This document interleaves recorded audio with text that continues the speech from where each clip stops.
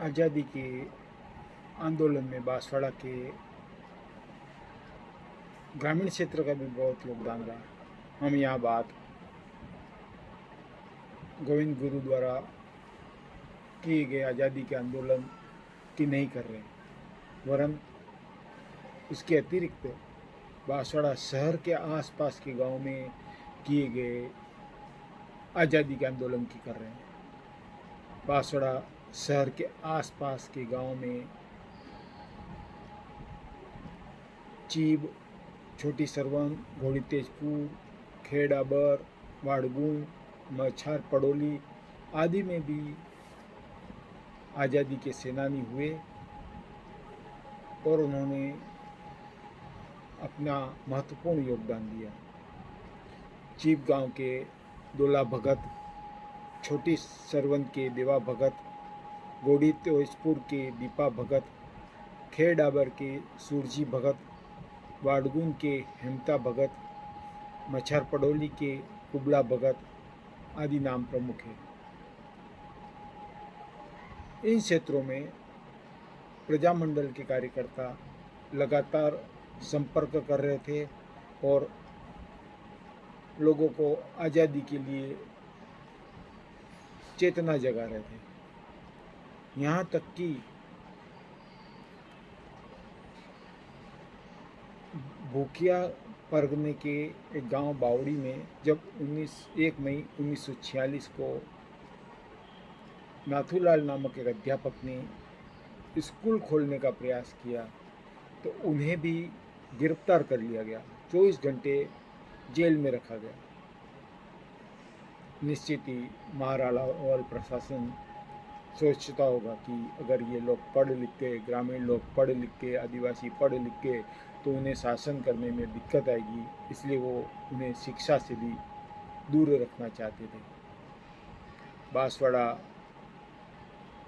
शहर से कुछ दूर माईडेम रोड पर केला मेला गांव में जब महारावल प्रशासन के कर्मचारी लगान लेवी वसूल करने के लिए गए, तब भी एक आंदोलन हुआ।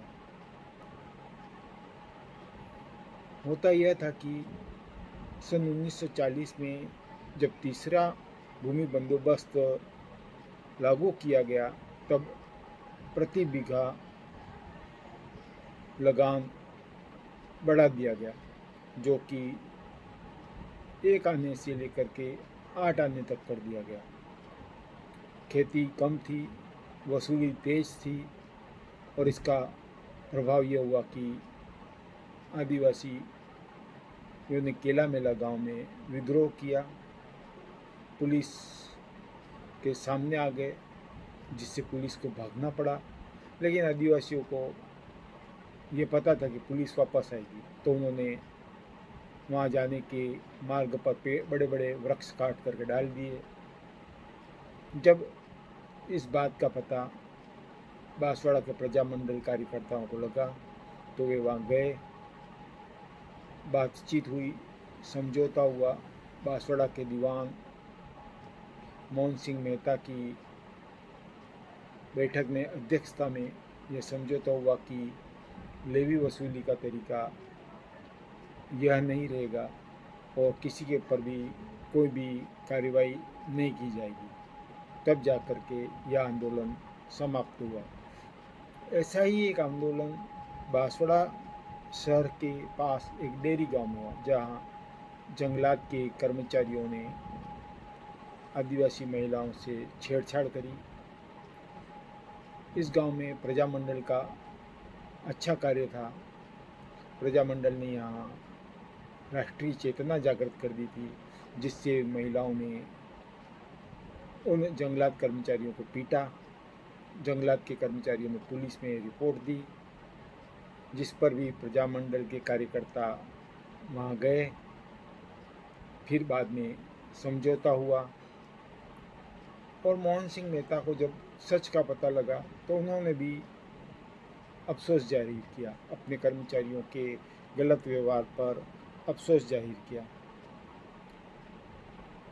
महारावल प्रशासन का अत्याचार का तरीका कृषि के खिलाफ भी था। लोग जब कुआं खोदते थे तो उन्हें हर साल 2 से 5 रुपया वार्षिक कर देना पड़ता था। हल टैक्स और खुरानी टैक्स भी ली जाती थी। इस तरह से कई तरह के टैक्स वसूल किए जाते थे, जिससे इस क्षेत्र के लोग बड़े त्रस्त हो गए थे। तभी उन्होंने के अंदर आक्रोश पैदा हुआ। इस क्षेत्र में आदिवासियों के साथ में एक सबसे बड़ा अत्याचार बेगार प्रथा था। बिना कुछ दिए आदिवासियों को घेर लिया जाता था, उनसे कार्य करवाया जाता था, मजदूरी नहीं दी जाती थी, खाना तक आदिवासी के परिवार वाले उन तक पहुंचाते थे और महीनों तक मुफ्त में काम लिया जाता था।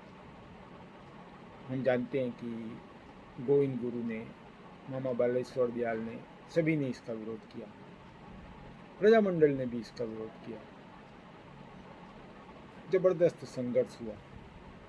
अफसोस की बात यह है कि आदिवासियों के द्वारा किए गए आज़ादी के आंदोलन का कोई लिखित इतिहास उपलब्ध नहीं है। इसका एक बड़ा कारण अशिक्षा है।